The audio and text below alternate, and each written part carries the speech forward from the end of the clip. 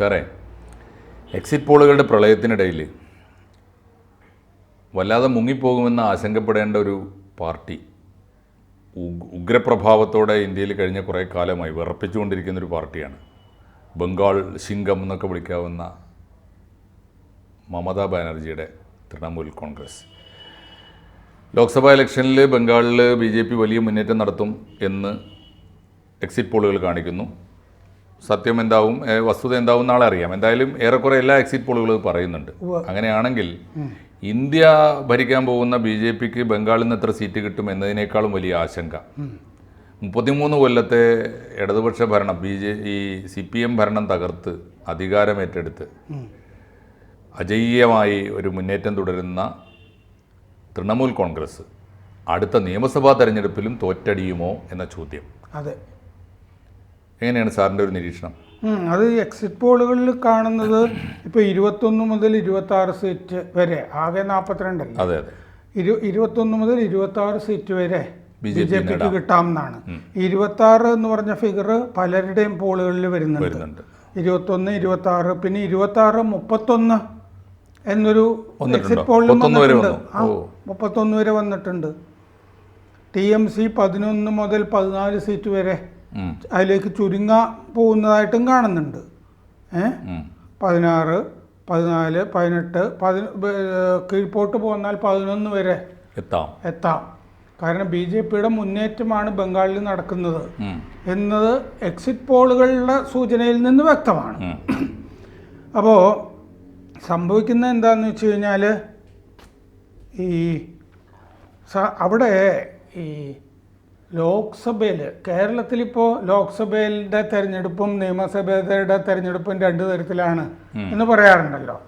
ഇവിടെ ജയിപ്പിക്കുന്ന ആളുകളെ ആയിരിക്കണം എന്നില്ല, ലോക്സഭയിലേക്ക് എടുത്ത ആളുകളെ ആയിരിക്കണം എന്നില്ല. അപ്പോൾ കഴിഞ്ഞ തവണ ആരിഫ് മാത്രമാണല്ലോ ജയിച്ചത്. പക്ഷെ നിയമസഭാ തെരഞ്ഞെടുപ്പ് വന്നപ്പോൾ മൊത്തം CPM ജയിച്ചില്ലേ.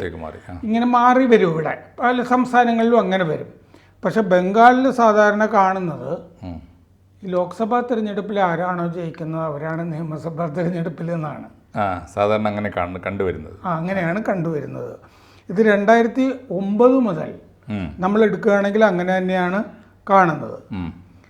ഈ ബംഗാളിൽ ലോക്സഭയിലേക്ക് ആരാണോ ജയിച്ചത് അവർ നിയമസഭയിലേക്ക് ജയിക്കും.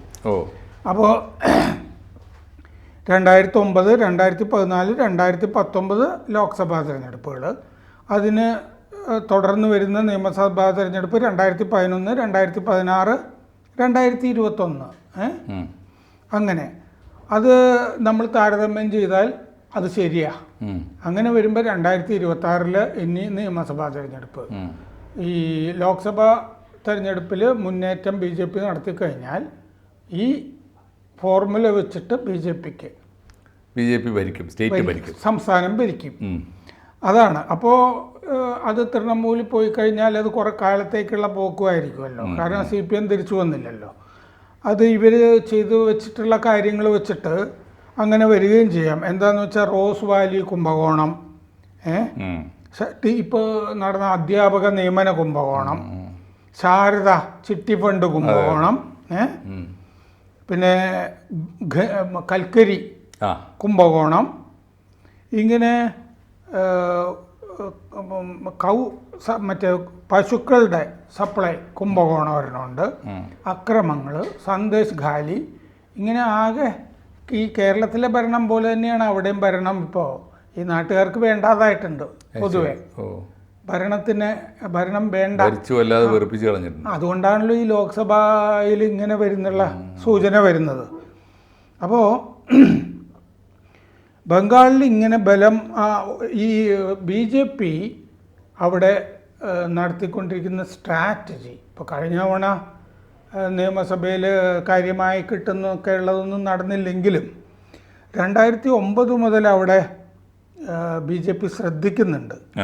അവിടെ BJPക്ക് അന്ന് കിട്ടിയത് അത് വളരെ കുറവായിരുന്നു. 6.1% മാത്രമാണ് 2009 ലോക്സഭാ തെരഞ്ഞെടുപ്പിൽ കിട്ടിയത്. 18 സീറ്റ്. 2014 17%, 2 സീറ്റ്. 4ാം സ്ഥാനത്തായിപ്പോയി 2014. അത് കഴിഞ്ഞിട്ടാണ് ശ്രദ്ധിക്കുന്നത് ദിലീപ് ഘോഷ് സംസ്ഥാന അധ്യക്ഷനായിട്ട് വന്നു. ഒരു തീപ്പൊരി നേതാവ് എന്നുള്ളതിലേക്ക് അദ്ദേഹം വന്നു. ഉടനെ 2019 40.7%, 40% എന്ന് പറഞ്ഞാൽ ചില്ലറ കഥയല്ലല്ലോ. അങ്ങനെയാണ് 18 സീറ്റ് വന്നത് കഴിഞ്ഞ തവണ. അപ്പം മുന്നേറ്റം തുടങ്ങിയിരുന്നു. 2019 18 സീറ്റും 40.7% കിട്ടി. CPM-ൻ്റെയും കോൺഗ്രസിൻ്റെയും മുകളിൽ 2ാം സ്ഥാനത്ത് വന്നു. 4ാം സ്ഥാനത്ത് നിന്ന് 2ാം സ്ഥാനത്തേക്ക് BJP വന്നു. 2021 വീണ്ടും നേതൃത്വം മാറി സുവേന്ദു അധികാരി വന്നു. അത് കഴിഞ്ഞിട്ടാണ് ഇപ്പോൾ ഈ നിലയിൽ നിൽക്കുന്നത്. അപ്പോൾ ഇതോടുകൂടി എന്തായാലും അവർ ഇന്ത്യ മുന്നണിയുടെ ഭാഗമല്ല. പിന്നെ അവരുടെ മനസ്സിലുള്ളത് വിശാല ബംഗാൾ എന്ന് പറഞ്ഞൊരു കൺസെപ്റ്റാണ്. അതിൽ വേറെ സംസ്ഥാനങ്ങളുടെ ഭാഗവും ബംഗ്ലാദേശും ഒക്കെ ഉൾപ്പെടുന്ന വേറെ എവിടുന്നോ സംവിധാനം ചെയ്യുന്ന ഒരു തിരക്കഥയായിട്ടാണ് തോന്നുന്നത്. ഈ വിശാല ഇതൊന്നും നടപ്പുള്ള കാര്യമല്ലല്ലോ. ഇന്ത്യയിൽ പട്ടാളമൊക്കെ വേറെ കിടപ്പുണ്ടല്ലോ. ഈ അതെ സ്വപ്നം പോലെ ബംഗ്ലാദേശ് ഉണ്ടായി, എന്നാൽ പിന്നെ നമുക്ക് ഇങ്ങനെ ഉണ്ടാക്കാം എന്നൊക്കെ വിചാരിച്ച്. അപ്പോൾ മാത്രമല്ല നമ്മൾ കഴിഞ്ഞ കുറേ കാലമായിട്ട് ചർച്ച ചെയ്യുന്ന പല കാര്യങ്ങളിലും ഇവിടെ മുജിബുർ റഹ്മാനെ കൊന്ന ആളുകൾ 45 കൊല്ലം അവിടെ നിന്ന് പിടിക്കുക, 2 പേരെ അവിടെ ഒളിച്ചു താമസിക്കുക. ഒരു MP വന്നിട്ട് ബംഗ്ലാദേശിൽ നിന്ന് വന്നിട്ട് അവിടെ പല തുണ്ടങ്ങളായിട്ട് കൊന്ന് പല പെട്ടികളിൽ നിറയ്ക്കുക. അയാൾക്ക് കള്ളക്കടത്ത് സംഘങ്ങളുമായിട്ട് ബന്ധമുണ്ടാവുക, ബംഗാളിൽ തന്നെ വലിയ ബന്ധമുണ്ടാവുക. ഇങ്ങനെ പിന്നെ വേറെ ചില ആളുകളുടെയൊക്കെ പിടിയിലാകുക. മമതാ ബാനർജി അവർ സ്വന്തമായിട്ട് തീരുമാനിക്കുന്നതാണ് കാര്യങ്ങൾ എന്ന് തോന്നാത്ത വിധത്തിലാണ് അവിടെ കാര്യങ്ങളൊക്കെ നടക്കുന്നത്. വ്യക്തിപരമായി ഒട്ടും കറപ്റ്റഡ് അല്ലാത്തൊരു ജീവിതമാണ് അവരുടേതെന്ന് പറയുന്നു. പക്ഷെ അനന്തരവൻ അഭിഷേക് ബാനർജിയുടെ കഥ അതല്ലല്ലോ. അല്ലേ, അവനാണ് ഭരിക്കുന്നതെന്ന് തോന്നുന്നു. അതെ, എല്ലാ ഇടപാടിലും കമ്മീഷനും ഒക്കെ മേടിക്കുന്ന ആളായിട്ടാണല്ലോ. കാരണം ഇവരൊരു പോരാളിയായിരുന്ന കാലത്ത് ഞാനും കണ്ടിട്ടുണ്ട്. ഒരു ചെറിയ വീട്ടിലാണ് അവർ താമസിക്കുന്ന കാര്യങ്ങളും ഒക്കെ. അന്ന് അവർക്ക് കിട്ടിയൊരു മതിപ്പ് കെജ്രിവാളിന് ആദ്യം കിട്ടിയ മതിപ്പ് പോലെ തന്നെയാണ്. പക്ഷെ കെജ്രിവാളിന്റെ തനിനിറം ഇപ്പൊ കാണുന്നില്ലേ എന്ന് പറഞ്ഞ പോലെയാണ് ഈ നോട്ട് കെട്ടുകളൊക്കെ. ആ പാർത്ത ചാറ്റർജി മറ്റേ വിദ്യാഭ്യാസ മന്ത്രിയായിരുന്ന പാർത്ത ചാറ്റർജിയുടെ വീട്ടിൽ നിന്ന് അല്ല വെപ്പാട്ടിയുടെ വീട്ടിൽ നിന്ന് കണ്ടെടുക്കുക. അവിടുന്ന് കേൾക്കുന്ന വാർത്തകളൊന്നും നല്ലതല്ലല്ലോ. അല്ലല്ല, തീർച്ചയായിട്ടും. ഒരു 14 വയസ്സുള്ള പെൺകുട്ടി ബലാത്സംഗം ചെയ്ത് കൊല്ലപ്പെട്ടപ്പോൾ അത് കുട്ടിയുടെ തെറ്റാണെന്നാണ് മമത പറഞ്ഞത്. തീർച്ചയായിട്ടും അവർ എനിക്ക് തോന്നുന്നു ഈ ഇന്ത്യക്ക് ഒരു കണക്കിന് ബംഗാളിൽ ഒരു 4th ആൾട്ടർനേറ്റീവായിട്ട് ഉയർന്നു വന്ന ഒരാളാണ് അവർ. വലിയ പ്രതീക്ഷയോടെ അർത്ഥത്തിൽ കോൺഗ്രസിൽ നിന്ന് പോകുന്നു. CPM-ൻ്റെ അപ്രമാദിത്വം ഉണ്ടായിരുന്ന കാലത്ത് അതിനെ വെല്ലുവിളിച്ചുകൊണ്ട് മുന്നോട്ട് പോയി. ഒരു ഘട്ടത്തിൽ BJP-യെയും ശക്തമായി നേരിട്ടു. എന്നിട്ടൊക്കെയാണല്ലോ അവർ അധികാരത്തിൽ വന്നത്. മറ്റേ CPM-ൻ്റെ ഗുണ്ടകൾ തൃണമൂലിൻ്റെ ഗുണ്ടകളായി കംപ്ലീറ്റ്. CPM-ൻ്റെ പാർട്ടി ആഫീസും ഗുണ്ടായിസും ഒക്കെ ഒരുമിച്ച് അവരെ അഫിലിയേറ്റ് ചെയ്തെടുക്കുകയാണല്ലോ ചെയ്തത്. അപ്പോൾ ആ അവസ്ഥയിൽ അവരുടെ ഒരു ഭാവി ഈ സമയത്ത് വളരെ ആശങ്കയിലാണ് എന്ന് വേണം കരുതാൻ, അല്ലേ? അതെ. പക്ഷേ നേരത്തെ നമ്മൾ ആം ആദ്മിയെക്കുറിച്ച് പറഞ്ഞ പോലെ തന്നെയാണോ തൃണമൂലിൻ്റെ ഒരു സ്ട്രക്ചർ? പാർട്ടിയില്ല, ഒരു വ്യക്തിയേ ഉള്ളൂ. സത്യത്തിൽ ഒന്നാമത് ആഭ്യന്തര കലഹമുണ്ട്. സഹോദരൻ സഹോദരന് സീറ്റ് കൊടുത്തില്ല എന്ന് പറഞ്ഞിട്ട് സഹോദരൻ ശുഭിതനാണ് കുടുംബത്തിൽ. അതുകൊണ്ടാണ് ഇവർ ഇടയ്ക്ക് നിലത്ത് വീണു പരിക്കേറ്റു എന്നൊക്കെ പറയുമ്പോൾ ഒരു സംശയം ഉണ്ടാകുന്നത്. സഹോദരൻ അങ്ങനെ ബംഗാളികൾക്ക് സംശയമുണ്ട്. ഇത് ഒരു തവണയൊന്നുമല്ല അവർക്ക് അത് സംഭവിച്ചിരിക്കുന്നത്. പിന്നെ ഈ അനന്തരവനാണ് കാര്യങ്ങളൊക്കെ നിയമിക്കുന്നതും ഈ സിനിമാ നടികളുമൊക്കെ ധാരാളം സ്ഥാനാർത്ഥികളുമൊക്കെ ആകുന്നതൊക്കെ ആ സ്വാധീനത്തിലുമൊക്കെയാണ്. എന്ന് പിന്നെ ഇൻഫ്രാസ്ട്രക്ചറിലോ ഓർ അതർവൈസ് വിഷനൊന്നുമില്ല അവിടെ. നാട് നന്നാകാനുള്ള നമ്മളവിടെ ബംഗാളിൽ പോയ CPM എങ്ങനെയാണോ നശിപ്പിച്ചത് ആ സംസ്ഥാനത്തിന് അതുപോലത്തെ അവസ്ഥ തന്നെയാണ് അവിടെ. അവിടെ വ്യവസായങ്ങൾ വരികയോ അങ്ങനെയൊന്നുമില്ല. ഗ്രാമങ്ങളിൽ ചെന്നാൽ ശരിക്കും ദാരിദ്ര്യവും. പക്ഷേ CPM പറയാനെങ്കിലും ഐഡിയോളജി കൊണ്ടു നടക്കുകയും അത് പ്രയോഗത്തിൽ അതിന് വിരുദ്ധമായി പെരുമാറുകയും ചെയ്തപ്പോഴായിരിക്കും CPM-ന് തകർച്ച ഉണ്ടാവുക. ഇവർക്ക് പക്ഷേ പറയാനും അത് അശോക് മിത്രയുടെ ആത്മകഥ ഭയങ്കര രസമാണ് അത് വായിക്കാൻ. അതിൽ അശോക് മിത്ര അവിടെ ഫിനാൻസ് മിനിസ്റ്റർ ആയിരുന്നല്ലോ LDFൻ്റെ. അദ്ദേഹം പറഞ്ഞിട്ടുണ്ടായിരുന്നു അവിടെ ഈ ഭൂപരിഷ്കരണം നടപ്പാക്കിയപ്പോൾ തന്നെ ഈ ആധാരങ്ങളൊക്കെ പാർട്ടി ഓഫീസിലായിരുന്നു എന്ന്. ഏരിയ കമ്മിറ്റി ഓഫീസിലും ലോക്കൽ കമ്മിറ്റി ഓഫീസിലും ഒക്കെ ആയിരുന്നു. കാരണം അവൻ പറഞ്ഞാൽ കേൾക്കണമല്ലോ. ആധാരങ്ങൾ ഞങ്ങൾ കൊടുത്തിരുന്നില്ല. ഹരേകൃഷ്ണ കോനാറായിരുന്നു പഞ്ചായത്ത് മന്ത്രി. ഞങ്ങളിതൊക്കെ സൂക്ഷിച്ചിരുന്നത് പാർട്ടി ഓഫീസിലാണ് എന്ന് അദ്ദേഹത്തിന്റെ ആത്മകഥയിൽ വായിച്ച് ഞാൻ ശരിക്കും ഞെട്ടിപ്പോയി. ശരി, ജനങ്ങളുടെ കയ്യിലല്ല, അവനെ അടിമയായിട്ട് സൂക്ഷിക്കാൻ വേണ്ടിയിട്ടേ. ജനങ്ങളുടെ കിടപ്പാടത്തിന്റെ ആധാരം പോലും പാർട്ടി ഓഫീസിലായിരുന്നു.